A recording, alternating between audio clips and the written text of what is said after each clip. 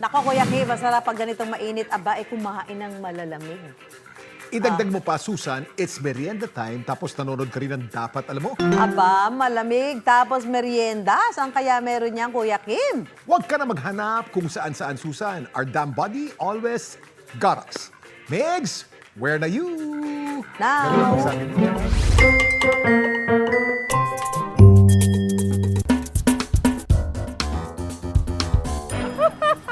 Kuya Kim, Mami Susan, kapag ganitong maalinsangan ng panahon, kanya-kanya tayo ng paraan ng pagpapalamig.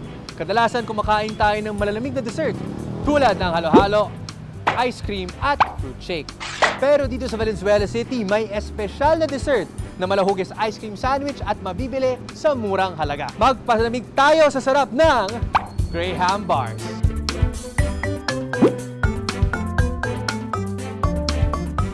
Dito mga kapuso, sa bahay na ito sa Valenzuela City, ginagawa ang napakapatok na Graham Bars.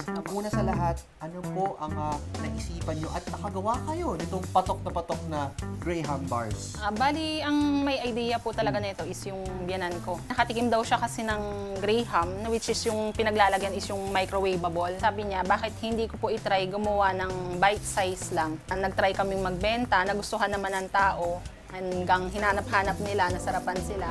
Bali una po, ito po munang cream.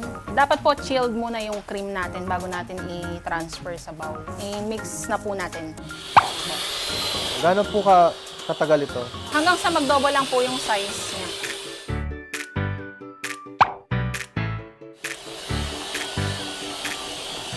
Ayan. A-assemble na po natin isa-isa, tapos lagay na po natin yung cream.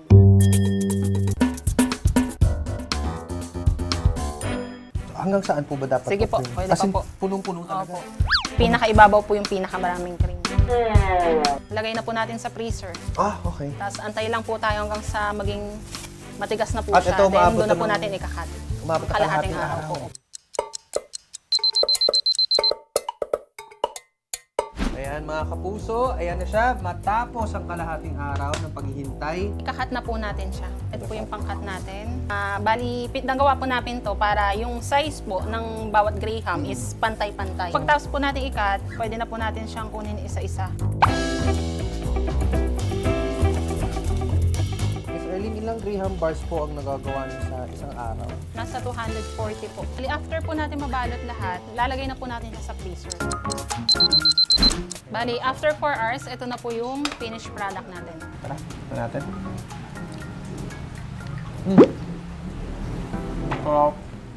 Perfect sa lamig.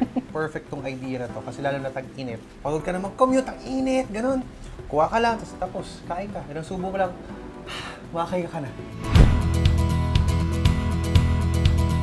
Okay mga kapuso, ngayon naman susubukan natin magbenta ng Graham Bars na natin dahil mabenta ito ngayong panahon. Gusto mong bumili ng Graham Bar? Gusto mong bumili? Okay. Magkano? 35 pesos po. Pero, dalawa? Wow, okay. Dalawa agad. Saan? Saan? Sino? Sino? Ikaw. 1, 2, and of course, ito, 3. Teka lang. Kasi na trabaho ko. Bibili ka rin ng Graham Bar. 3. Inuwi na po niya ako. 1, 2, and 3. Good for one person. Tapos hindi siya messy. Enjoy your Graham Bar. Thank you.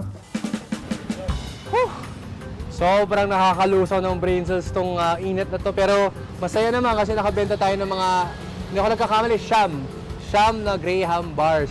Masarap, mura at madaling gawin. Yan talaga ang bentahe ng pinagmamalaking Graham Bar ng Valenzuela City.